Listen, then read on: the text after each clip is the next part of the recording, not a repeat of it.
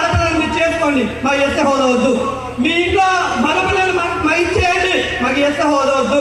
మీకు ఎదురున్నటువంటి భూమిని మాకు పంచండి, మాకు ఎస్సీ హోదా వద్దు. అంటే రాజ్యాంగం కల్పించినటువంటి అన్ని హక్కుల్ని మాకు ఇవ్వండి, మాకు పక్కాగా అమలు చేయండి, మేము ఈ రిజర్వేషన్ కూడా రుణప్రాయంగా వదిలేస్తామని చెప్పి తెలియజేస్తాను. అక్కడే ఇంకో చోట పరిమించాలంటే అక్కడ ఇచ్చేవారు కాదు, ఇంకో చోట జరిగింది. మరి మనం చూస్తున్నాం అంటే మనకి పోయి కదా. మరి మాలోడు అని చెప్పి నన్ను గుర్తించండి అని అరిచి గబ్బలు పెట్టేటువంటి దుస్థితి మనకు అవసరమా?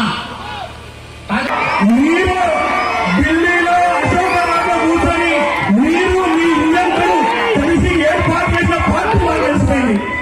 ఢిల్లీ అశోకరావులో నీ ఇంట్లో కూర్చొని నువ్వు నీ ఇంజన్లు కాంగ్రెస్ పార్టీ నీ ఇంజన్లు కూర్చొని మమ్మల్ని పండగొట్టడానికి ఆస్థానం వచ్చిన ఎమ్మెల్యే మేము రాజ్యాంగంలో మేము ప్రతి ఒక్కటి కూడా పేరు పేరుగా నమస్కారాలు. ఎందుకంటే దాన్ని మనం కాపాడుకోవాలా, దానికి రాజ్యాంగాన్ని కాపాడుకోవాలా, దానికి మనందరం కూడా ఐక్యంగా మాదిగా రెండేళ్ల కులంతో సంబంధం లేదు. హిందూ దళిత సందర్భంగా తెలియజేస్తున్నారు. చివరిగా ఈరోజు భగత్ సింగ్ చెప్తా ఉంటాడు, సాటి కుక్కనైనా సరే ఒళ్ళో పెట్టుకుంటామేమో కానీ తోటి దళితుడిని కూడా చివర ప్రజలు అసహించుకునేటువంటి కబ్బిలాది దేవుడి గుళ్ళోకైనా అనుకుంటుందేమో కానీ తోటి దళితుడు మాత్రం గుళ్ళోకి అనుమతించే పరిస్థితిలోని సంబంధం లేదు. అట్లాంటి సమాజం రూపుమాపాల సమాజ అనేకతను సృష్టించేటువంటి వారికి ఒక దిక్సూచిగా మారుతా ఉంది, ఒక హెచ్చరికగా మారుతా ఉంది. దానికి భవిష్యత్తులో నాకెందుకో 10 సంవత్సరాల క్రితమే అనిపించింది, ఎలాంటి రోజు ఒకటి వస్తుంది, ఎలాంటి ఇబ్బంది ఒకటి వస్తుంది అని. 2016లోనే దళిత క్రైస్తవుల్ని దళితులుగా గుర్తించాలని మొట్టమొదటిసారి అంబేద్కర్ సింగ్ మిషన్ ఏం తరఫున మేము మొట్టమొదటిసారి గణం విప్పాం. ఊరికే గణం విప్పిన తీర్మానం పాస్ చేశాం. కులం అనేది పోవటం లేదు, మతం మారినా కూడా వివక్ష అనేది ఉంటుంది. కాబట్టి దళిత క్రైస్తవులు కూడా దళితులుగా గుర్తించడాన్ని ఆంధ్రప్రదేశ్ అసెంబ్లీలో తీర్మానం పాస్ చేసి కేంద్రానికి పంపించాం. అది మేము సాధించినటువంటి మొట్టమొదటి సక్సెస్. ఊరికే మేము మాటలు చెప్పుకోవడం కాదు. 2024లో ఎలక్షన్ల ముందు పాయకరావుపేటలో మీటింగ్ పెట్టి 30,000 మందితోటి మళ్ళీ ఇదే డిమాండ్, దీంతో పాటుగా దళిత వాడల్ని పంచాయతీలుగా చేయాలి అని చెప్పి ప్రతి దళిత వాడిని పంచాయతీ చేసి ఆ పంచాయతీకి 2 కోట్ల సంవత్సరానికి బడ్జెట్ ఇవ్వాలని చెప్పి ఒక డిమాండ్ చేసిన ఫలితంగా ఆ రోజు ముఖ్యమంత్రిగా ఉన్నటువంటి జగన్మోహన్ రెడ్డి గారు మళ్ళీ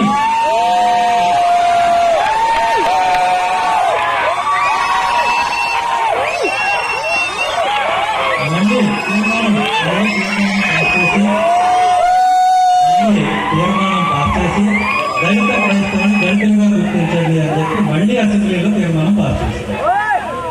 అంతేకాకుండా దళితవాడ పంచాయతీని ఆయన ఎన్నికల మేనిఫెస్టోలో పెట్టి నేను అధికారంలోకి వస్తే ప్రతి దళితవాడిని కూడా పంచాయతీ చేస్తానని చెప్పి మనకి మాట ఇచ్చారు. కాబట్టి నేను చెప్పేది ఒకటే సోదరులారా, రాబోయే రోజుల్లో మనమందరం కూడా ఒకటే మాట, ఎవరైతే దళిత క్రైస్తవుల్ని దళితులుగా గుర్తిస్తారో వారికి మాత్రమే మన ఓటు. ఇక ముగించే ముందు ఒక్క ముక్క చెప్తాను. దళితవాడ పంచాయతీ ఖచ్చితంగా కావాలని చెప్తున్నాం. ఎందుకు అని అంటే 4,000 పంచాయతీలు వస్తాయి. ప్రతి దళితవాడ, మాలపేట, మాదిగపల్లి అన్నీ కూడా పంచాయతీలు అయితే అక్కడ ఈ 4,000 పంచాయతీల్లో 4,000 మంది సర్పంచులు, 4,000 మంది ఉప సర్పంచులు, 20,000 మంది వార్డు మెంబర్లు ఉంటారు. అంటే 24,000 మందికి అధికారం ఎల్లప్పుడూ ఉంటుంది. వీటికి ఫండ్స్ ఎక్కడి నుంచి వస్తాయని అడిగాడు ఆయన. ఎస్సీ ఎస్టీ సప్లైలో సంవత్సరానికి 20,000 కోట్లు ఉన్నాయి. దాని నుంచి 8,000 కోట్లు ఇస్తే మీ చేతికి సంవత్సరానికి 2 కోట్లు వస్తాయి. మీ ప్రతి దళిత వాడిని బాగు చేసుకోవచ్చు. అదొకటే కాదు నేను చెప్పింది.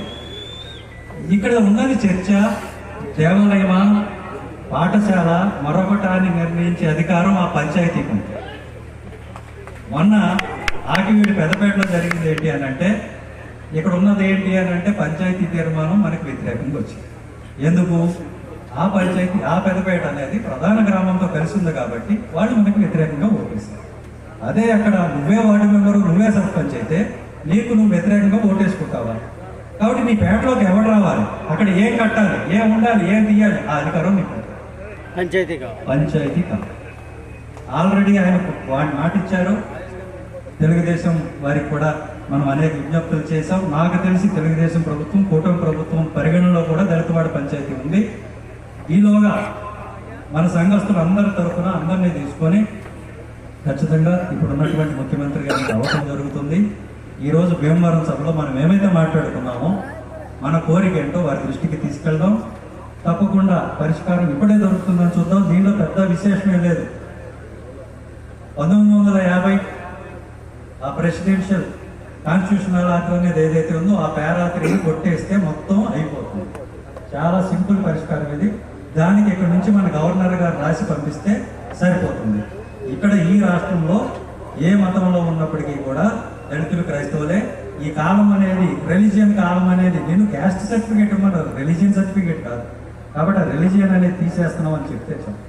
దీనికోసం రాబోయే రోజుల్లో ఖచ్చితంగా మనం పోరాడతాం కలిసి.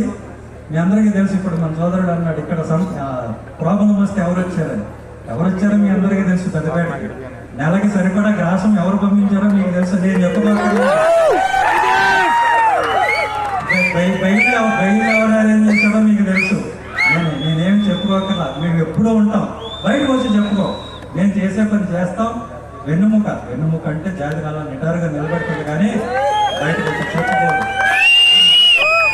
కాబట్టి ఇక్కడికి విచ్చేసిన అందరికీ కూడా మరొక్కసారి ధన్యవాదాలు. ముఖ్యంగా భీమవరం చుట్టుపక్కల ప్రాంతాల్లో ఉన్నటువంటి సంఘ కాపర్లకి, సంఘ పెద్దలకి, ఇక్కడికి విచ్చేసిన అందరికీ కూడా నా హృదయపూర్వక జై భీములు తెలియజేసుకుంటూ praise the lord. Thank you.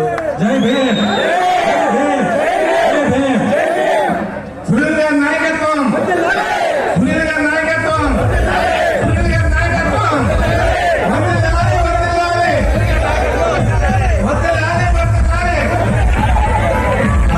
అందరూ ఒక రెండు మాటలు మనం చెప్పేద్దాం.